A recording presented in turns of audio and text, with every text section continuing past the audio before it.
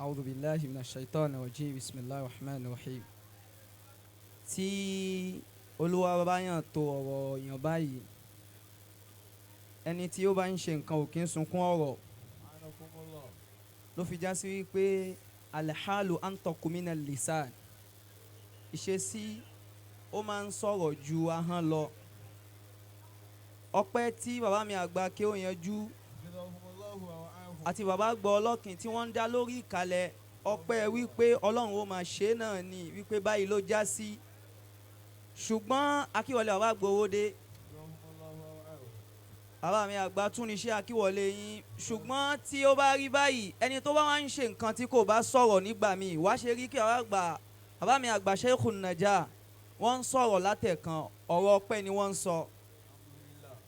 Ṣùgbọ́n ọpẹ́ yẹn bàbá mi àgbà Al-Khalifa ọlọ́kìn àwọn náà tún padà gba máìkì tí wọ́n á dúpẹ́.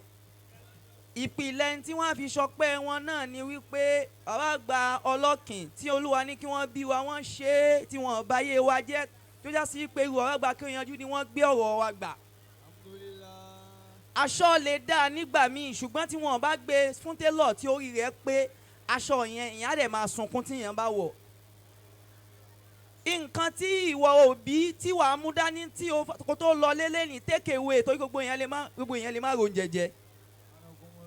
Ṣùgbọ́n ìwọ tí o bá rí oúnjẹ jẹ tí o bá rí eléyìí mú lọ sílé ó jẹ́ kí o lè mọ̀ wípé o wá bí lásán.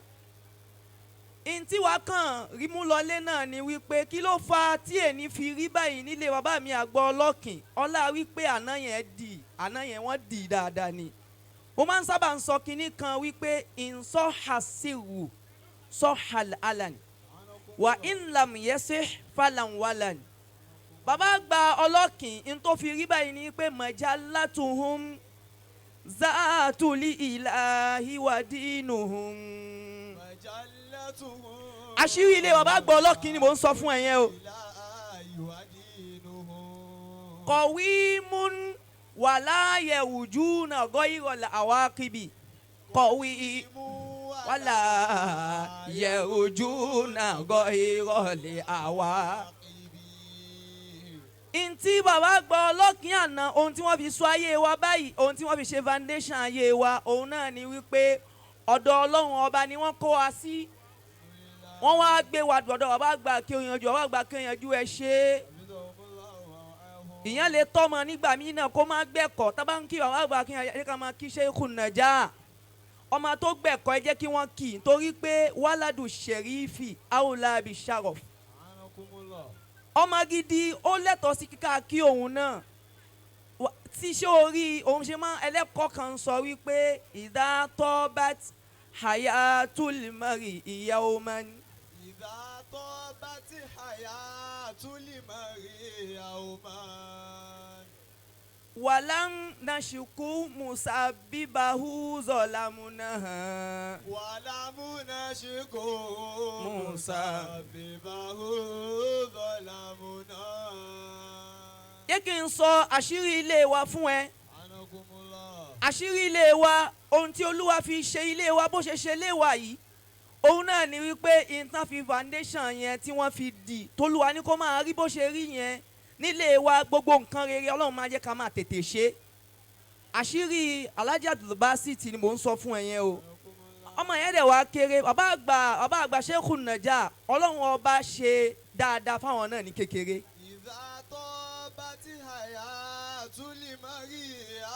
Gbogbo nínú ilé wa, gbogbo nǹkan tó bá ti kàn nínú ayé wa Olúwa máa ń tètè ń jẹ́ kó máa rọrùn.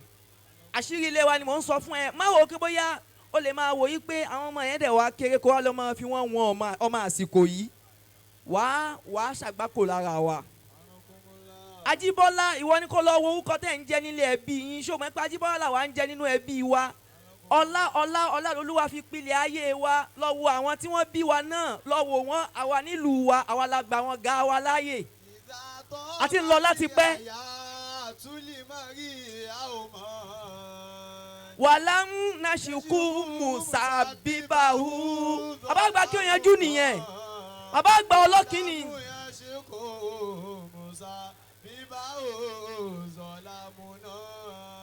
Bàbá akéwìyànjú ní kólẹ́kólẹ́.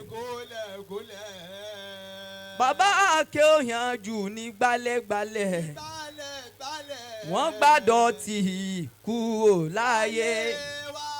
Bàbá kéwìyànjú ní kólẹ̀kólẹ̀. Bàbá kéwìyànjú ní gbálẹ́gbálẹ̀ wọ́n gbàlẹ̀ tí. Bàbá alákan o. Bàbá alákan o. Bàbá alákan o. Wọ́n gbàdẹ̀ tí kúrò láyé wa. Bàbá kéwìyànjú ní kólẹ̀kólẹ̀. Bàbá alákan ò ní gbálẹ́gbálẹ̀ wọ́n gbàdẹ̀ tí kúrò láyé wa. Ẹ wálé ẹ wálé ẹ wálé. Lórí ètò tá a wà náà ni àti kúrò ń bẹ̀. Káwá sọ pé bí ẹ̀ náà ni torí àjẹ́ kó ṣe bẹ́ẹ̀.